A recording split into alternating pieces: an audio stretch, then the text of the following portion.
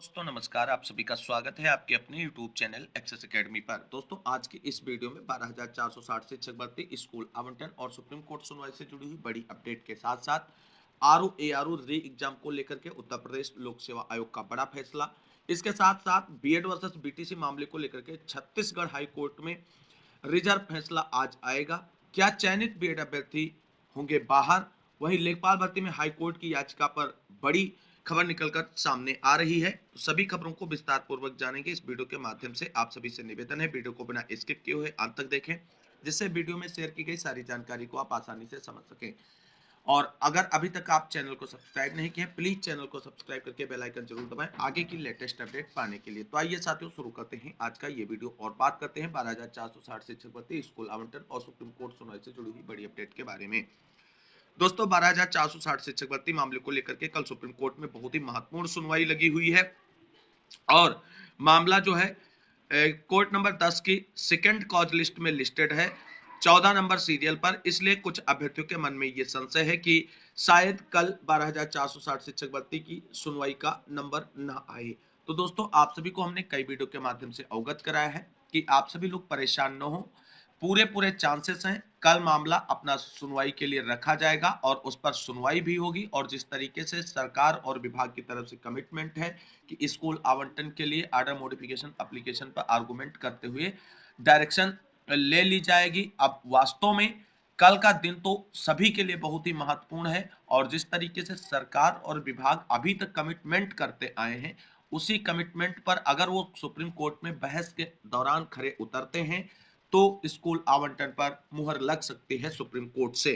दोस्तों आप सभी को बता दें, आप सभी लोग अपने मन से यह संशय पूरी तरीके से निकाल दीजिए कि 12,460 शिक्षक भर्ती मामले की सुनवाई नहीं होगी। सुनवाई होगी दोस्तों, क्योंकि सरकार को पक्ष रखना है और पिछली जो सुनवाई हुई थी उस पर समय नहीं दिया गया था, ना ही सरकार को दिया गया था, ना ही अपोजिट पार्टीज को ज्यादा समय दिया गया था। इसलिए इस बार जो सरकार की तरफ से चीजें कोर्ट के अंदर सबमिट की गई हैं, चाहे आर्डर मॉडिफिकेशन एप्लीकेशन हो या काउंटर एफिडेविट, सब पर सरकार को अपना पक्ष रखना है और तथ्यों को प्रूव करना है कोर्ट के अंदर। तो इसलिए सुनवाई होने के पूरे चांसेस हैं। फिर भी मान लीजिए 0.1% मान लीजिए सुनवाई अगर नहीं होती है तो उसके लिए आगे सरकार क्या तैयारी करेगी वो भी इंपॉर्टेंट बातें होंगी। क्योंकि सरकार मामले को अगर निस्तारित करना चाहती है तो अगर कल की डेट में किसी भी कारणवश, जिसकी कोई बहुत कम संभावना है, सुनवाई नहीं होती तो सरकार फिर एजेंसी के तहत आगे की कार्रवाई पर विचार कर सकती है। लेकिन उन चीजों को हमें अभी नहीं सोचना है, हमें केवल यह सोचना है कि कल 3 अप्रैल सुप्रीम कोर्ट सुनवाई में स्कूल आवंटन के बहुत अच्छी और धमाकेदार बहस देखने को मिलेगी और चीजें सही होंगी, सकारात्मक होंगी। दोस्तों आप सभी को बता दें, सरकार और विभाग की तैयारी के साथ साथ चयनित अभ्यर्थियों की तरफ से भी कल की सुनवाई के लिए बहुत ही अच्छी तैयारी की गई है। टीमों की तरफ से अपने मोस्ट सीनियर अधिवक्ताओं को लेकर के कल पैरवी करने की तैयारी पूरी कर ली गई है। और आप सभी को बता दें, जिस बिहाफ पर जो चयनित अभ्यर्थी अपने अधिवक्ता जो है सुप्रीम कोर्ट के अंदर खड़े करेंगे तो वो है आईए, यानी इम्प्लीटमेंट एप्लीकेशन के तहत जो है वो लोग अपने मोस्ट सीनियर अधिवक्ताओं को खड़ा करेंगे। दो आईए जो है सुप्रीम कोर्ट में 12,460 शिक्षक भर्ती में स्कूल आवंटन के लिए फाइल हो चुकी हैं। और आप सभी को बता दें, चीजें जो हैं अब चयनित भी ये चाहते हैं कि जल्द से जल्द स्कूल आवंटन हो, बाकी केस का निस्तारण जब होता रहेगा तब होता रहेगा, लेकिन पहली प्रायोरिटी जो है स्कूल आवंटन ही नजर आ रही है। तो देख लेते हैं जो चयनितों की तरफ से आईए फाइल की गई हैं उन पर क्या अपडेट है। दोस्तों सबसे पहले आइए आपको अब दिखा रहे हैं जो रवि एंड विवेक की टीम की तरफ से फाइल की गई है सुप्रीम कोर्ट के अंदर स्कूल आवंटन को लेकर के। तो इन द मैटर आप ये अर्चना राय वाली जो एच का है उसके साथ इनकी ये आईए टैग हुई है। और यहाँ पर आप सभी लोग देख सकते हैं Raghavendra Dwivedi son of Virendra Kumar Dwivedi village Sihari Padaria, और ये जो है इनकी तरफ से ये आईए फाइल की गई एंड अदर्स के नाम से ये आईए फाइल की गई। और ये अर्चना राय वाली याचिका में जो है टैग है, इस तरीके से आप समझ सकते हैं। और इस आईए के माध्यम से ही रवि एंड विवेक की टीम जो है स्कूल आवंटन के लिए सुप्रीम कोर्ट में अपने मोस्ट सीनियर अधिवक्ताओं के साथ जा रही और उनकी तरफ से मीनाक्षी अरोड़ा मैम को हायर किया गया है, ऐसी जानकारी उनकी तरफ से शेयर की गई। बाकी कल की सुनवाई में सब कुछ क्लियर हो जाएगा कि किसकी तरफ से कौन मोस्ट सीनियर अधिवक्ता सुप्रीम कोर्ट में खड़ा हुआ है और पक्ष रखा है। वहीं अब मोहित एंड द्विवेदी टीम की तरफ से जो आईए फाइल की गई उस पर नजर डालते हैं। तो दोस्तों यहाँ पर आप सभी लोग देख सकते हैं कि ये मोहित एंड द्विवेदी टीम की तरफ से जो आईए फाइल की गई हैं उन पर भी यहाँ पर आप सभी लोग देख सकते हैं 2 आईए इनकी तरफ से भी फाइल की गई हैं और 1/4/2024 डेट इनकी शो हो रही 1/4/2024 यानी कल ही में इन आईए की जो है जानकारी सुप्रीम कोर्ट से निकलकर सामने आई है।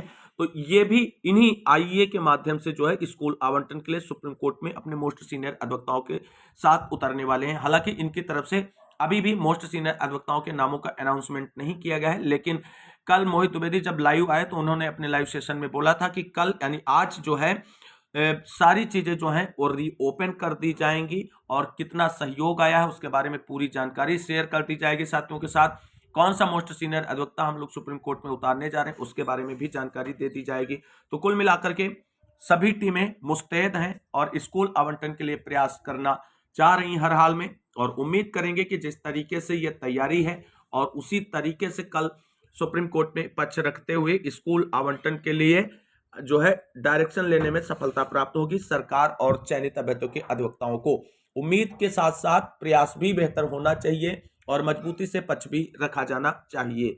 दोस्तों यही आईए हैं जिनके माध्यम से आपको बता दें सुप्रीम कोर्ट में प्राइवेट अधिवक्ताओं को बहस करने का मौका मिलेगा, वरना आप सभी लोग जानते हैं कि सरकार ही इस मामले में सब कुछ है और सुप्रीम कोर्ट ने सरकार से ही सब डिटेल मांगा था, चाहे वो अर्चना राय वाली याचिका पर काउंटर एफिडेविट हो या सरकार की तरफ से जो एप्लीकेशन ऑर्डर मॉडिफिकेशन को लेकर के मूव कराई गई है वो हो। दोनों पे पहले सरकार को सुना जाएगा। सरकार अगर कहीं कमजोर नजर आती है, सरकार के अधिवक्ता पक्ष रखने में कहीं कमजोर नजर आते हैं तो प्राइवेट अधिवक्ता उनके साथ में पैरवी करेंगे।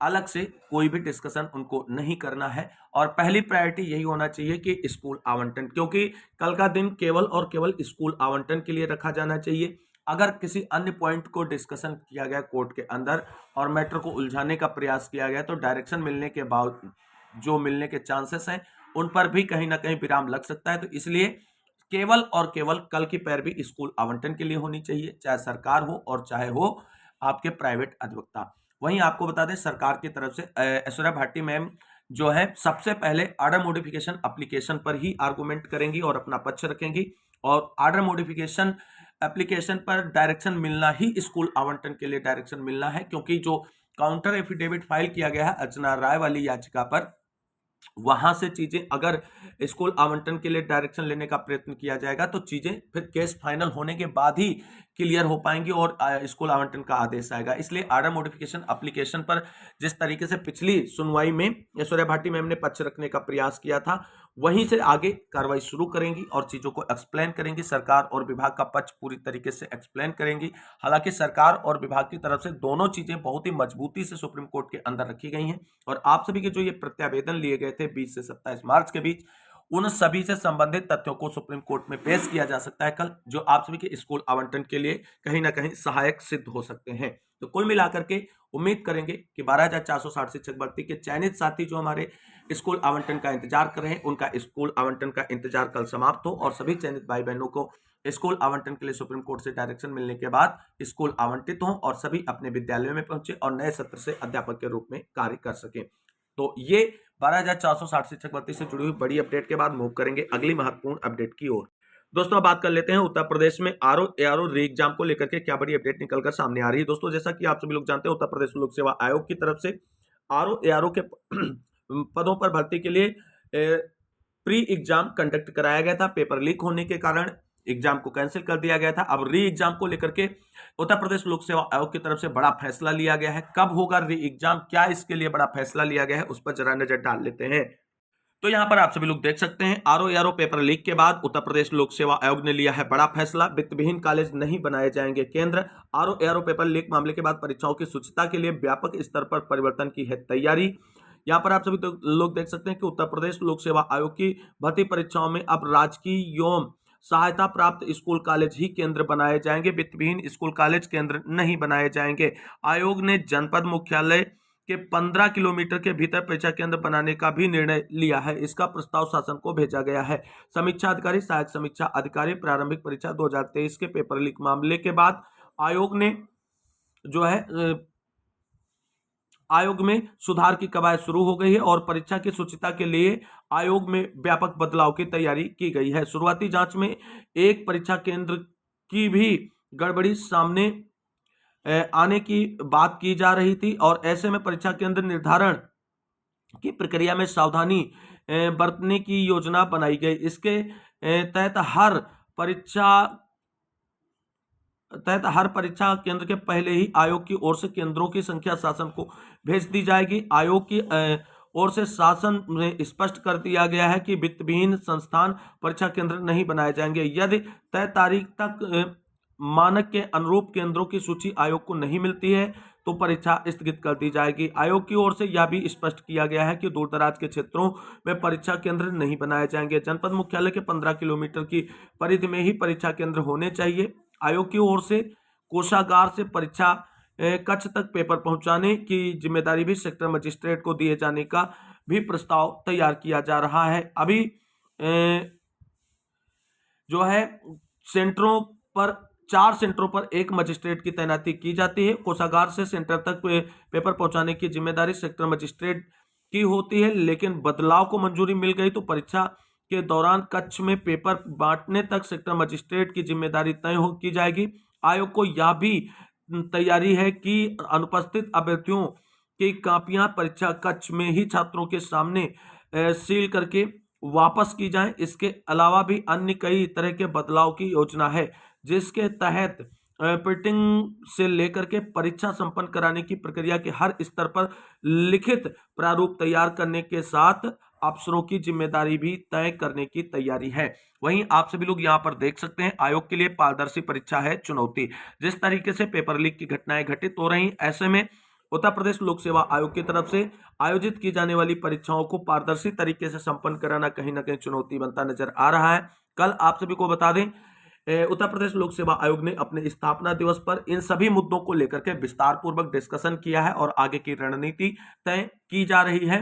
तो कुल मिलाकर के पेपर जो है कराने से पहले सारी चीजें जो है अब की बार आयोग कंप्लीट करेगा और बहुत अच्छी सुरक्षा व्यवस्था के साथ परीक्षाएं संपन्न होंगी, जिससे पारदर्शिता और शुचिता परीक्षाओं की बनी रहे। क्योंकि उत्तर प्रदेश लोक सेवा आयोग एक प्रतिष्ठित संस्थान है जो सिविल सर्विसेज परीक्षाओं की तैयारी या भर्ती परीक्षाएं कराता है और उसकी परीक्षाओं में इस तरीके की सेंधमारी जो कहीं ना कहीं चिंता का विषय है और बड़े बदलाव की ओर जरूरत भी महसूस होने लगी है, जिस पर आयोग ने विचार करना शुरू कर दिया है। और आने वाला आरओ, एआरओ, यूपीपीसीएस प्री, ये सभी परीक्षाएं जो हैं इसी तरीके से सख्ती के साथ आयोजित कराने की पूरी तैयारी में आयोग लग गया है।